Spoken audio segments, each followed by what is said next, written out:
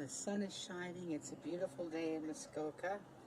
And this is just a short video to tell an interesting story. 2 weeks ago, after Sabbath, Sunday morning, I went online. I didn't own a King James version of the Bible. I used an electronic copy off a couple of computers that I have, and on my phone, which is an Android, and on an iPad, which I own. So I have the Bible in many forms, and I have different versions and different translations, but I tend to stick with the King James version because I believe for the English language it is the best translation that we have. And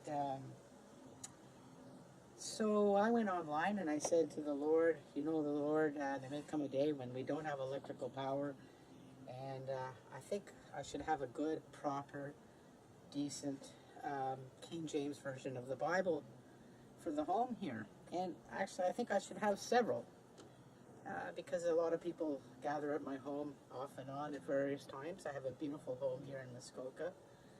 And we like to talk about the Word, and I think it's only fair that when we talk about the Word that there be Bibles available for anyone who wants to use a Bible. Excuse me. Drinking my cranberry juice. And so I asked the Lord, I said, Lord, maybe you get me a King James version of the Bible, and I'll go buy my own as well, and together we'll start collecting Bibles. Well, 2 days later, I was in the town near where I live. I'm a little bit out of town on the river.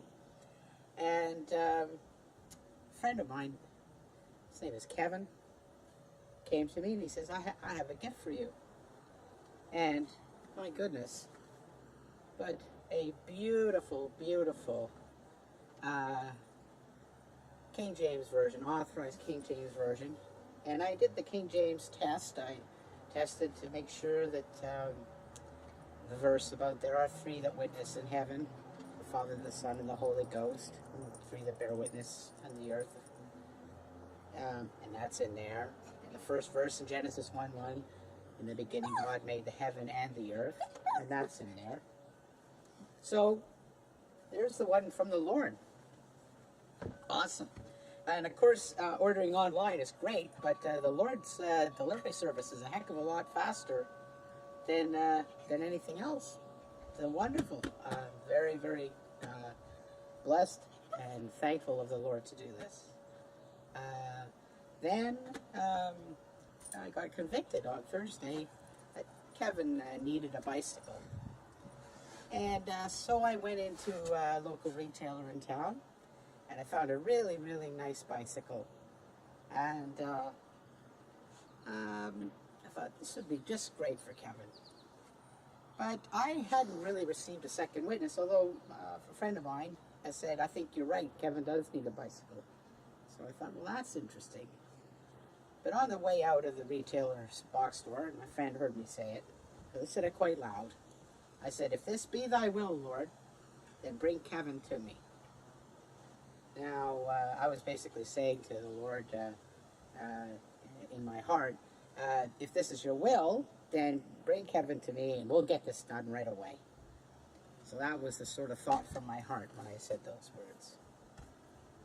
And so my friend and I went around the corner to a small little ice cream place and treated ourselves to a rare ice cream.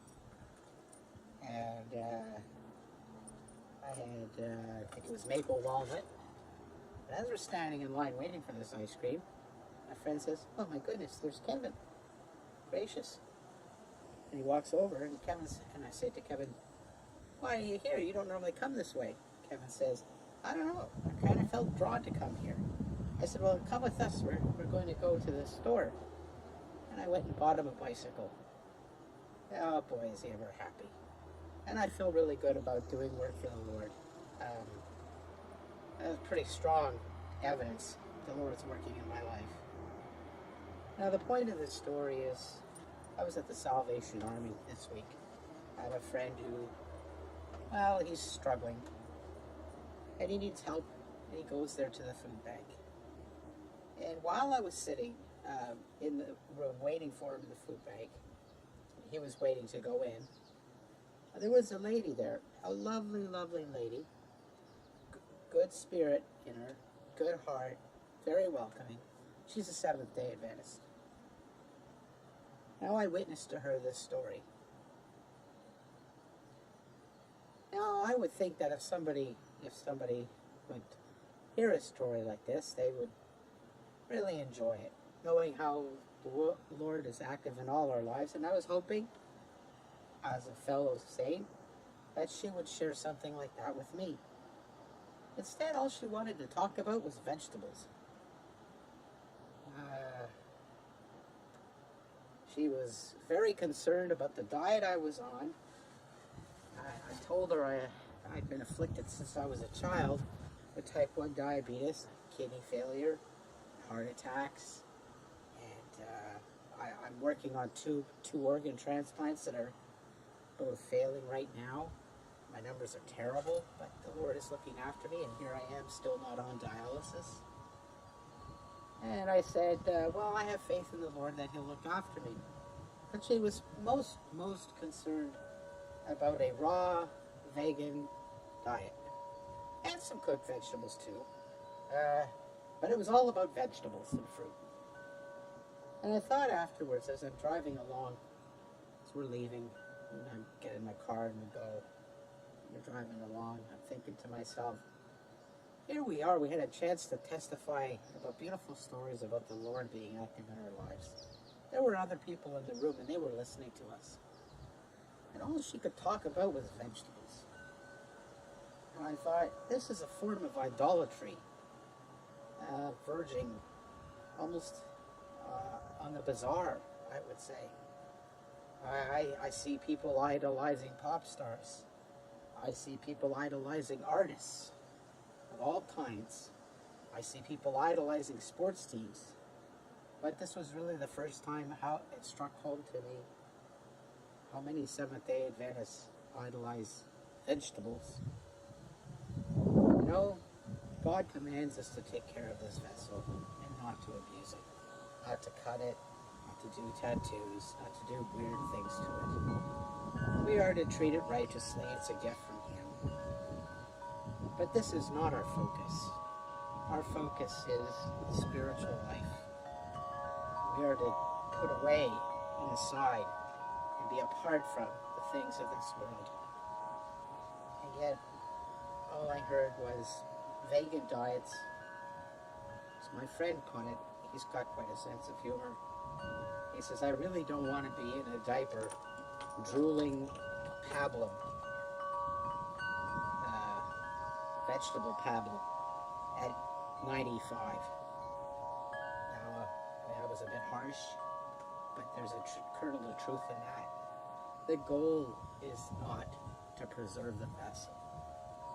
The goal is to push the lust of the flesh down and to let the Spirit rise in us and to bring our spirit in harmony with the Spirit that He has given us, the Spirit of the Holy Ghost. That's the process of sanctification. And it's not attained through a vegetarian diet. It's attained through work of the Spirit. So I just wanted to point that out. I'm sure there's Seventh-day Adventists that will talk about this. This is a concern I have.